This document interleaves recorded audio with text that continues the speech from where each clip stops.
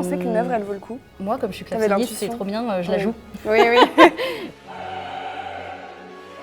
Bonjour Camille. Bonjour. Est-ce que tu peux te présenter? Alors, c'est vrai que je suis chef d'orchestre, mais je me sens aussi énormément de choses. Femme, une enfant aussi qui a grandi à travers l'art. Je me sens être une artiste épanouie. Quel chef d'orchestre t'as envie d'être? J'ai choisi d'avoir mon orchestre parce que j'ai envie d'avoir un rapport extrêmement privilégié dans l'échange avec les musiciens de l'orchestre. C'est un métier où je trouve qu'être dans le recevoir est aussi important que le fait de donner. T'as fondé en 2017 un ensemble baroque qui s'appelle Il Caravaggio. Pourquoi c'est exceptionnel la musique baroque? Pourquoi ça mérite qu'on lui consacre sa vie? C'est déjà plein d'arts différents, c'est l'opéra, c'est la musique de chambre, mais c'est surtout une musique où moi j'ai trouvé une énorme joie à découvrir l'univers de la basse continue, de l'improvisation, du rapport au texte, de l'harmonie, de trucs intenses qui viennent se bouleverser. I love music. Quel est le meilleur conseil qu'on t'ait donné dans ta vie d'artiste?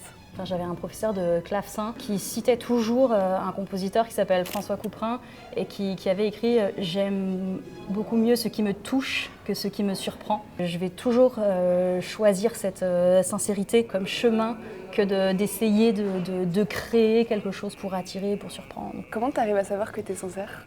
C'est qu'en fait, tout à coup, ça marche. Si on sait ce qu'on veut et qu'on n'a pas cherché à trafiquer quelque chose, pour l'orchestre, ça change tout. Enfin, on utilise notre corps pour diriger et on ne peut pas essayer de trafiquer un truc qui montrerait quelque chose d'autre de notre corps. Donc si ça émerge physiquement, c'est sûr que c'est lisible pour l'orchestre. Il y a aussi un projet de mettre au jour un répertoire qui est peut-être moins connu. Est-ce qu'il y a une œuvre dont tu es particulièrement fière d'avoir remis en lumière? Oui, un opéra de Mademoiselle Duval qui s'appelle Les Génies. Redécouvrir un opéra, c'est 2, 3, 4 ans de travail. On doit comprendre qui est cette personne dont on n'a jamais parlé. Très souvent, la partition elle est incomplète, alors comment on réécrit la musique de cette personne pour la donner. Et puis ensuite, on doit trouver des interprètes qui ont envie de déchiffrer de la musique qu'ils ne connaissent pas. Et donc, c'est des heures de travail. Tu es à l'aube d'un nouveau projet autour de la Passion selon Saint Jean de Bach. Comment est-ce que tu appréhendes ça? J'arrive à un moment où je veux jouer ça. La Saint-Jean, c'est un espèce d'immense crescendo jusqu'à ce que le chœur finisse par donner la sanction ultime.